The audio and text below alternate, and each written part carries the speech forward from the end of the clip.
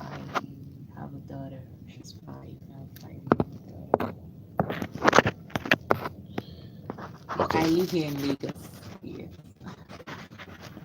Okay. So let's zoom in straight up. You said you used to be married. What happened?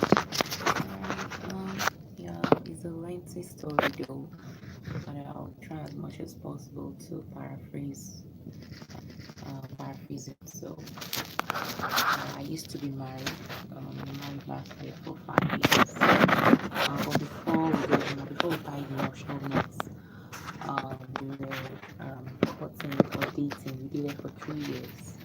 Actually, I met him in a media house where I had gone for a 1 year internship in 2009.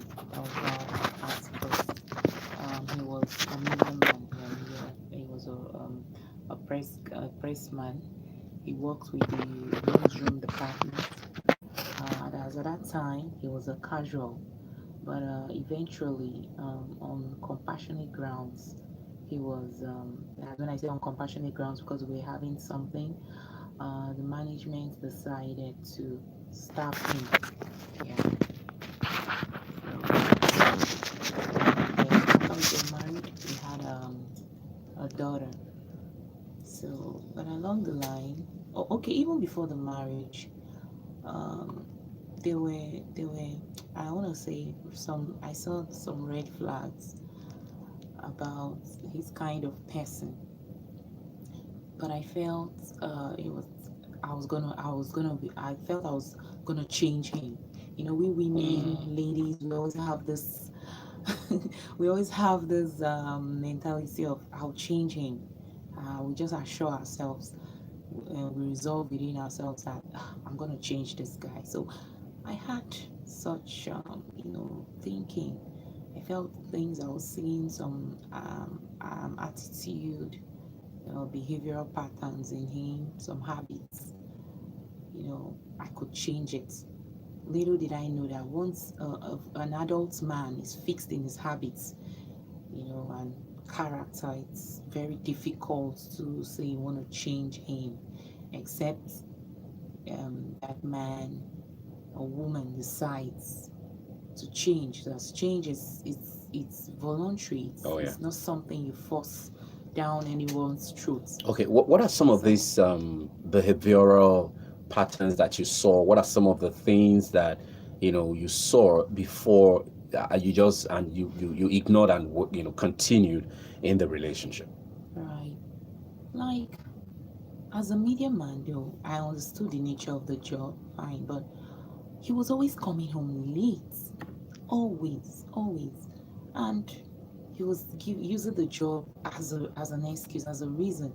But I realized that there are times he doesn't have much work in the office. I told him, look, are you talking to somebody who doesn't understand this media job?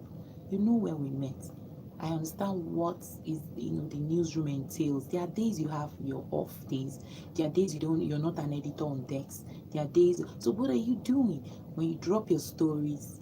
You bring in your stories after you've gone for an assignment, or you've gone out to scout for news, and you're back in the office. You write it and you forward it to the editor on decks.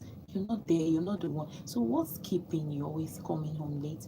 Other attitudes where he just he likes eating out. He's so addicted to eating, food. He likes eating outside. He had a habit. I try to check that. I'll tell him, look, it's like more economical if I cook. But at the point though he realized this, but he still had that habit. Another thing was uh, his his weak points were women. Mm. Yes, he could he could we could be somewhere. Okay, let me give you an instance. Way back, because he was staffed in at Silverbed Oka, yeah, Anambra State, then when Silverbed Oka was still existing. So that was when he was staffed. So I remember sometime I used to go spend time with him. I'll travel all the way from Port Harcourt down to Oka to be with him. So the compound where we lived, was close to Unity campus. So most of the other our neighbors or other residents of that building were students, and they were, chicks, girls. Mm. So I noticed that there was a time I had gone. I wasn't around. I was away for a month because when he moved down to Anambra State, I went with him. So at that initial time, the compound was vacant. There were no neighbors, no tenants. So it was just himself and one other of his colleague, a colleague that's a lady that's also a staff of the company. So they were just the two occupants in the compound at that time. So after I spent some time, I went back, came back to Port Harcourt. So I returned after a month. So I noticed one day we're just sitting, we're indoors. I just Somebody just knocked, and before I could, respond, the person just barged in, and I saw this chick. She just came. She just called his name, and come and pump water. She didn't even greet me. I was like, what? So I looked at him. I expected him to, react because she just barged in on us unceremoniously. So he didn't do anything about that. I now kind of drew her attention to that. I cautioned her, excuse me, isn't it is it not customary to knock before barging into people's houses? And you didn't even wait for a response, you just barged in. The girl practically ignored me right before him. And in situation was And he like, didn't say anything. yes, I expected my man, to react. He didn't. So after then, I started seeing the widow's girls usually play with him. He's coming back from work. They'll be like, I don't want to mention his name. Okay, his name was Emeka. They'll be like, oh, guy Emeka, what did you? Sometimes they call him by name. What did you buy for us? And they're seeing me. I mean, sometimes he's coming. Maybe I'm standing at the edge of the staircase because we stay upstairs. You see those chicks downstairs, those Unisex chicks. They're like, and I'm like, so it was that terrible. Women, even so, these were just the red flags I saw. Women, he couldn't defend or even accord me some respect when he has to with another woman. A woman could just walk up to him and, as if I was invisible, would just talk to him. I'm there. He wouldn't even introduce me to that other person. That, oh, Mm. this is my fiance or stuff like that. Okay. So, but according to you, you went ahead with the wedding and of course the marriage, because you felt okay, he will change, something will happen, and he will become just that better person. But in the marriage, you started seeing what were the things you started seeing? No, I want to come to the point. Yes, at some point it changed. Let me tell you what happened. Is now I'm realizing that could it be that this guy had a mercantile spirit? When he now saw, oh, something good could come out of this girl, something good come out of this lady. Mm. So he now put up A show. yeah, good attitude. Okay, something happened. We had a friend who resides in the US. He's also visually impaired. So one day I reminded him about the person because he was actually the person that went on an assignment then in Port Harcourt, and he saw this man and approached him and they exchanged contacts. So when he told the man that my fiance is visually impaired, the man was so elated. I was like, wow, the man gave kudos. The man was all supportive and commending him that that's good. So one day I just reminded him that could we put a call to this man? Let's just see. And that was how the man now asked me, what am I doing in my life? I told him, he said, okay, will you like to attend a community college in the US? I was like, wow, yes, sir. Yes, I'll be eternally grateful if that could be achieved. He said, okay, this is what I need to do. I need to get a sponsor, maybe approach my state government and stuff like that. So to cut the long story short, I intercepted the convoy of the then um, Akwa Ibom State governor. Yeah. I hail from Akwa Ibom State. So as a media man, they are always, they are always abreast with news item, news issues, the movement of our politicians and stuff. So he was abreast with the fact that the information that the then governor was coming to receive an honorary award in the at UNM. So he came home on I could remember it was a Saturday. That was 7th of August 2009. He came and told me about it. I said, wow, take me there. He said, no, that's not possible. Already, I was already working on this admission thing in the US. I had spoken with the chancellor of the school. The person, the chancellor said I should get a sponsor. That my sponsor has to declare his account or something like that. So that's how they do. I pay my tuition for 2 years and stuff. So I had gotten a college at Topeka, Kansas. Yeah, that was the place, and that was where this man I told you, this is our friend, this friend of ours, I was with her in bed. That was where he resided in the US. So I I was like, take me there. He said, no, security will be very tight. He insisted. He said, okay, let him get to the office, take permission, do one or two things, then we'll travel down to Enugu, from Enugu to Nsuka, because we're in Oka. So we went, and behold, I succeeded in intercepting the convoy, and I got the attention of Her Excellency. That's the wife of the governor. In fact, that day, I can't tell. It was amazing. It was one of that is one day that one of those days I'll never forget in my life till I die. So I got her attention. She ordered the orderlies to take me, aboard the convoy. I joined the convoy. We drove down to Enugu.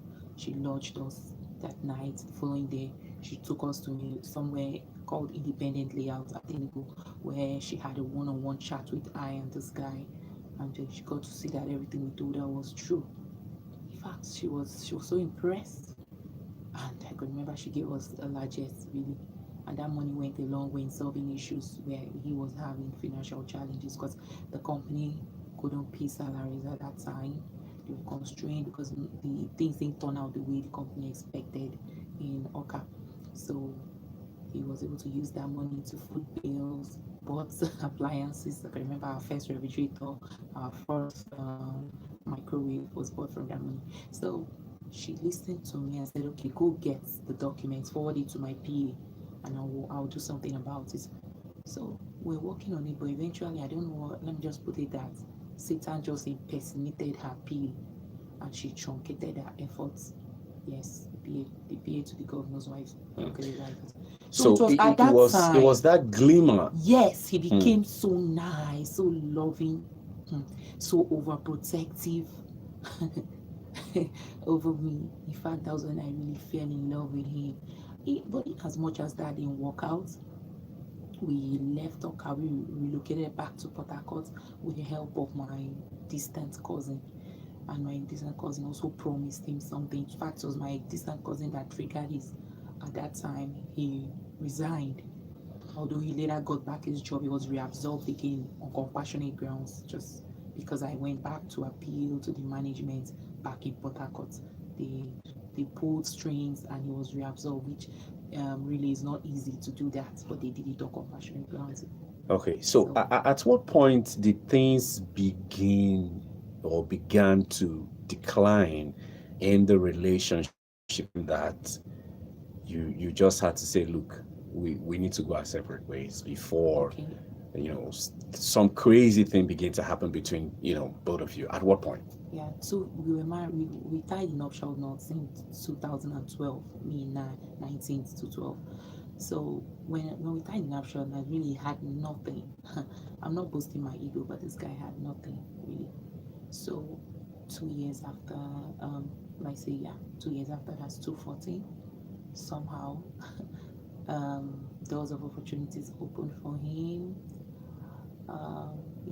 Things that are falling into place. Okay, Seeing Margaret, I money. need you to project your voice. Oh, You're I'm really sorry. very low. I'm sorry. So it was 2014. Yeah, things started falling into place. But doors of opportunities were open for him because he was now reabsorbed and made an editor on decks. Then when now in Port Harcourt, he had access to politicians. He started taking me around. Really, I didn't see that as anything wrong. I just saw that I loved him deeply. I loved this guy deeply. So whatever he was doing, I just felt it was for our good. So he was taking me from one politician to the other, introducing me. This is my fiance. This is my wife. Yeah, we're now married. So I realized that when he does this, he gets gratified because yeah, what he's doing really, it's commendable. All right. So he gets gratified, and that was how he saw money in 2015. He saw money, and that was an electionary year. It was even that late 2014, a politician gave us a brand new car. The politician in River State House of Assembly. He also had another one he bought directly from his boss in the office. So it was at a point I saw that it was at a point where he saw money. Yeah, saw money. Started, acting up, started misbehaving. Started, Now, when you say acting up, what exactly do you mean? okay. Um, his attitude. Okay. Okay. Let me be very blunt. Our love making life dropped. Yes, for no reason. There was no. It's not as if we are having there were crises. There was any crisis of any form or what. And whenever I confront him on that, he'll be like, um, the nature of my job. These things are bound to happen over time when people get married. It's no big deal. I tell him that look, I know you are very you're a very active guy. You're sexually active. You won't tell me that for the past 3 months you've sex starved me. You've not had. I mean, he'll be like, what am I up to? What am I trying to say? He'll put it like he's a media man. He flows. He'll be like, you've come with this your blame game. That's where you put it. Hmm. You've come with this your blame game. But frankly speaking, let's think of it. Am I not human? What the hell is going on? So these were the things, his sex starves me, comes home late. He got to a point that he doesn't even come home at all. Maybe in a week, he comes home 3 times. And He will what call were me the up. excuses? He'll say he's working. He's in the office. He's working. Okay. Like on Sundays, yeah, he produces the 7 a.m. news. He'll tell me, Monday morning, 7 a.m. news is prime news. It's prime time. So I have to sleep in the office and all that. I'll say, are you for real? The mosquito infested office, you're there. I don't believe you. What do you mean? You just tell me lock up, lock up. That was how. Those were the things. At first, when he started, he did it the first time. I overlooked, but I was looking at it that there's proximity from the office to the house. There's availability of transportation, no matter the hour. How come? Even when we're living in a very distant place, he comes home. He comes home. Then I wasn't afraid for him. Twice he has escaped, armed robbery attack, escaped accident. Then when we're staying in a very distant, oh, he comes home no matter the time he endeavors. But now there's proximity to the house, and he gives me excuses why he can't come home. So he was horrible. Oh, Okay. It's still Love and Life. You're listening to Margaret. She's telling her story. She was once married. She's visually impaired and got married to this guy who saw it as an opportunity to, just it was a means to an end for him. And when he saw that, okay, he's gotten most of what he wanted, he started, really maltreating and misbehaving in the marriage. We'll take this break. When we come back, we will take like the other side of the story, and then we'll open the phone lines because basically, Margaret, as it is right now, the marriage is over. She's in Lagos and she needs to move on with her life. All right. My family and I has, been there, but it's not possible. Margaret wants a job. She wants to work. She wants to earn something for herself. And from, the way she speaks, you know that she's not, she's well lettered. She went to school and she believes in the things that she can do. So we'll take this break and we'll be right back. Don't stray. It's Love and Life Lounge with the amazing, only true, blunt, crazy love doctor, Danielle Akata. We'll be right back. Area info with the king of the night, Daniel Akata, was the I really only true feeling low? blonde crazy love doctor.